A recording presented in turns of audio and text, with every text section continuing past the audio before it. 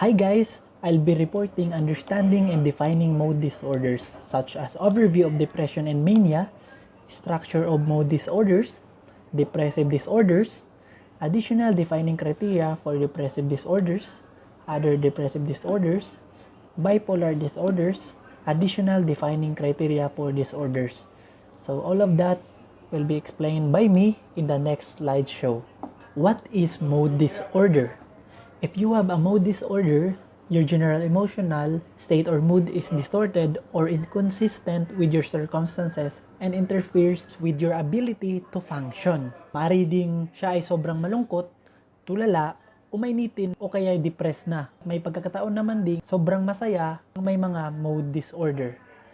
A mood disorder is a mental health class that health professionals use to broadly describe all types of depression and bipolar disorders. Ang mga kabataan, teenagers, at matatanda or adults ay maaaring mayroong mood disorder.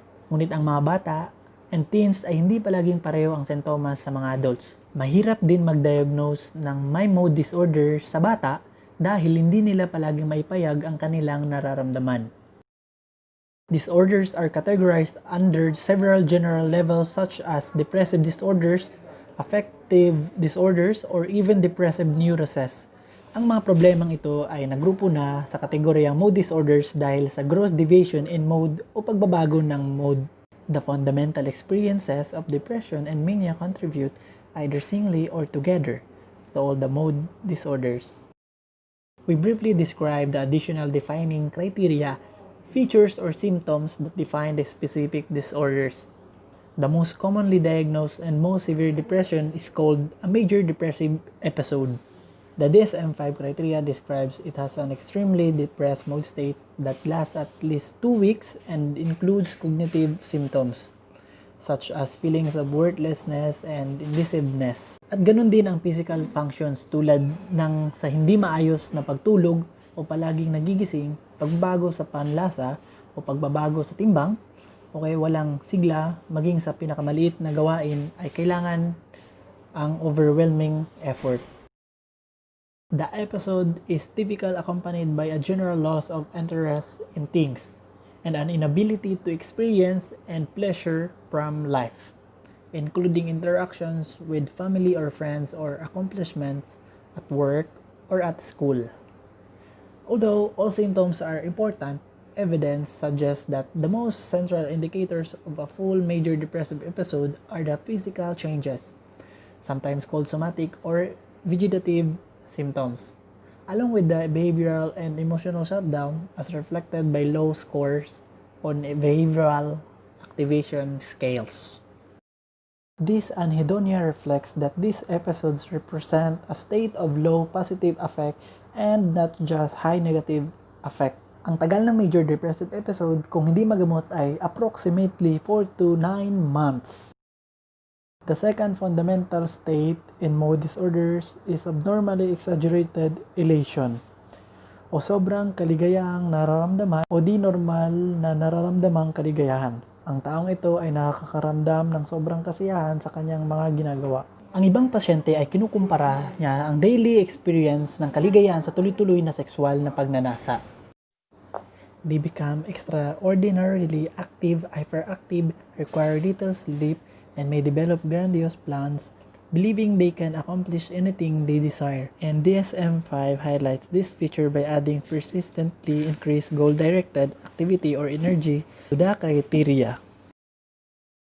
Irritability is often part of a manic episode, usually near the end. Paradoxically, being anxious or depressed is also commonly part of mania. The duration of an untreated manic episode is typically 3 to 4 months. Ang DSM-5 defines na ang hypomanic episode ay ang less severe version ng manic episode. Ito ay hindi nakakapekto sa community at sa mga gawain nito.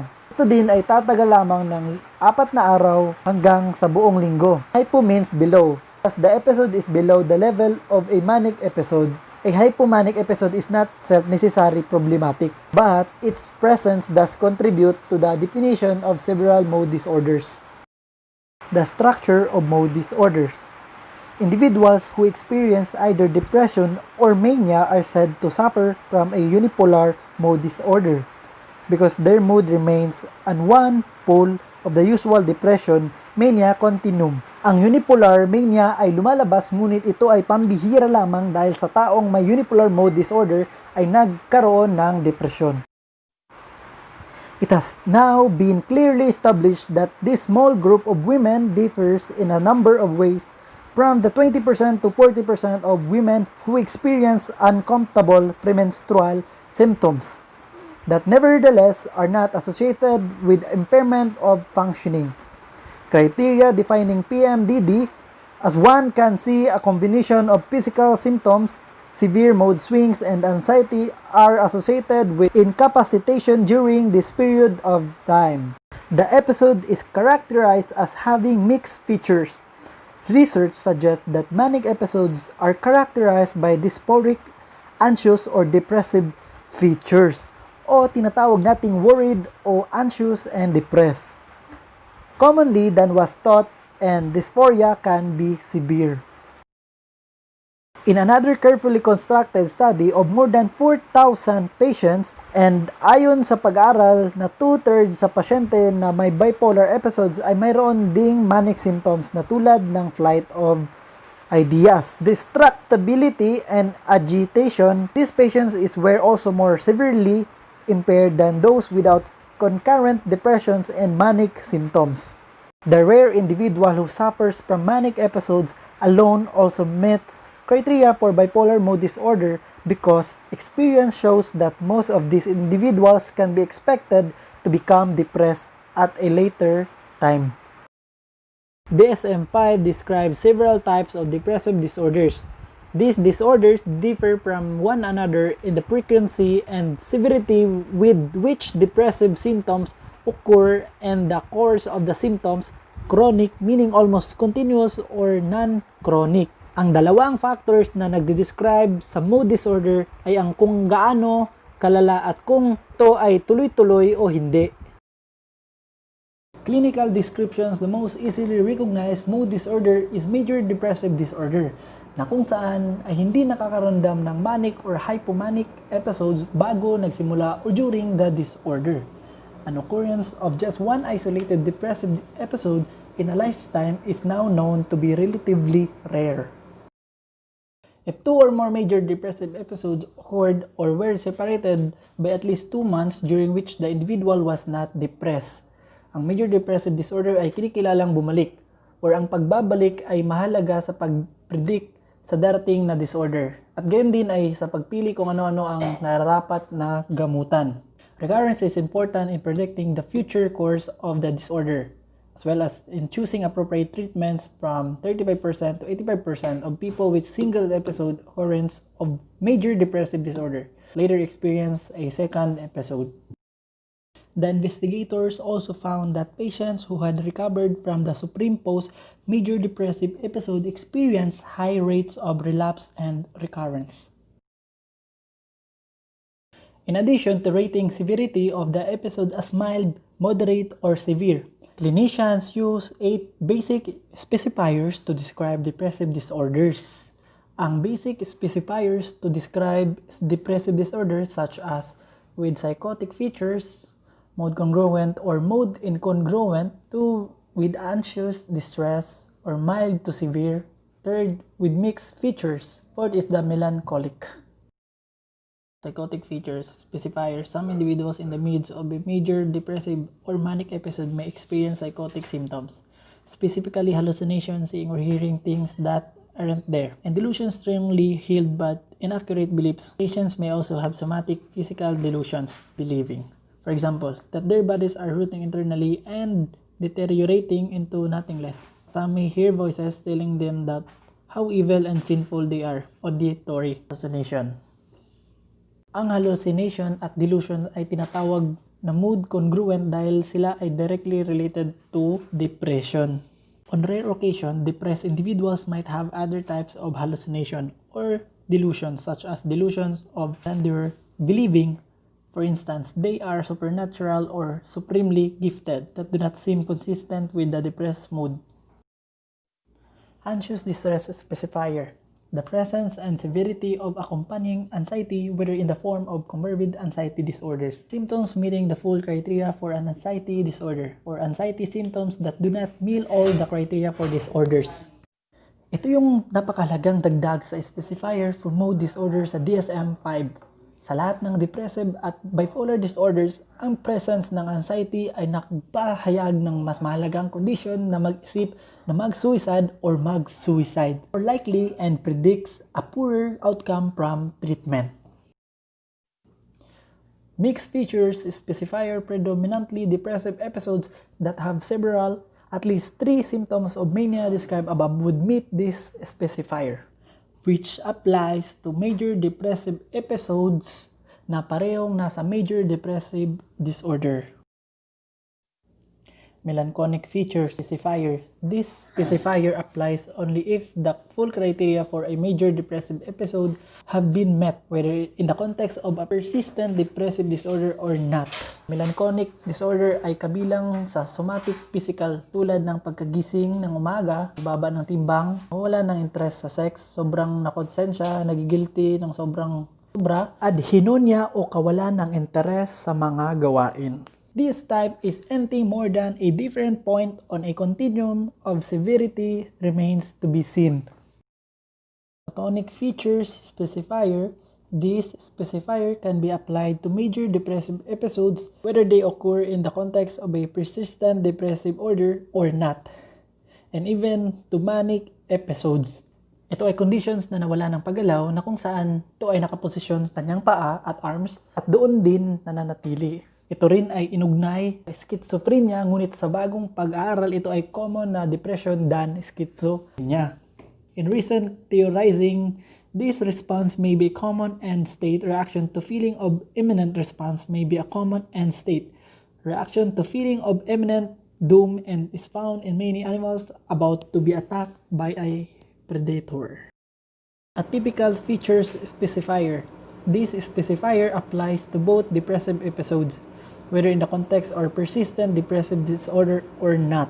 Karamihan sa mga taong may depresyon ay walang tulog, walang ganang kumain, ngunit sa typical features specifier sila ay nasobrahan sa tulog at sa pagkain na naging dahilan sa pagtaas ng timbang, leading to a higher incidence of diabetes. Although they also have considerable anxiety, they can react with interest or pleasure to some things, unlike most depressed individuals. Peripartum onset specifier. Peri means surrounding, in this case the period of time just before and just after the birth. This specifier can apply to both major depressive and manic episodes. Between 13% and 19% of all women giving birth, 1 in 8 meet criteria for a diagnosis of depression, referred to as peripartum depression. In one study, 7.2% met criteria for a full major depressive episode. Typically, a somewhat higher incidence of depression found postpartum after the birth than during the period of pregnancy itself. In another recent important study, 14% of 10,000 women who gave birth screened positively for depression, and fully 19.3% of those depressed new brothers had serious thoughts of harming themselves. Seasonal pattern specifier. This temporal specifier applies to recurrent major depressive disorder and also to bipolar disorders. It accompanies episodes that occur during certain seasons. Halimbawa, lumalabas ang sintomas simula sa summer at nawawala ito pagkatapos ng summer. Kaya ito ay tinatawag na seasonal. The most usual pattern is a depressive episode that begins in the late fall and ends with the beginning of spring. In bipolar disorder, individual may become depressed during the winter and manic during the summer. These episodes must have occurred for at least 2 years with no evidence of non-seasonal major depressive episodes occurring during that period of time. This condition called seasonal affective disorder or SAD. Other depressive disorders or a premenstrual dysphoric disorder, PMDD. Basically, clinicians identified a small group of women, from 2% to 5%, who suffered from severe and sometimes incapacitating emotional reactions during premenstrual period. Ngunit ito ay matinding di sinang-ayunan na ang kondisyon na ito ay ang gawing opisyal na ang diagnose based sa concerns na ang mga kababaihan na may napaka-normal na karanasan monthly physiological cycle bilang bahagi ng kanilang pagkababae na sabihin sila ay may disorder, which would be very stigmatizing. It has now been clearly established that this small group of women differs in a numbers of ways from 20% to 40% of women who experience uncomfortable premenstrual symptoms na kung saan are not associated with impairment of functioning. Criteria defining PMDD as one can see a combination of physical symptoms. Mood swings and anxiety are associated with incapacitation during this period of time. Additional defining criteria for bipolar disorders. It is important to identify these specifiers or symptoms para maayos at maplano ang mabisang epektibong treatment. Ang lahat na ito ay pare-parehong specifier na magagamit sa bipolar disorders. Specifically, the catatonic features specifier applies mostly to major depressive episodes, though rarely may apply to a manic episode. The psychotic features specifier may apply to manic episodes during which it is common to have delusion of grandeur. The anxious distress specifier is also present in bipolar disorders. As it is in depressive disorders, new to DSM-5 is the mixed features specifier which, as in depressive disorders, is meant to describe the major depressive or manic episode that has some symptoms from the opposite polarity. For example, depressive episode with the same manic symptoms, the seasonal pattern specific may also apply the bipolar disorders. In the usual presentation, individuals may become depressed during the winter and manic during the summer. Finally, manic episodes may occur surrounding but most after childbirth in the peripartum period. That would be all. Thank you. And let's proceed to the next reporter.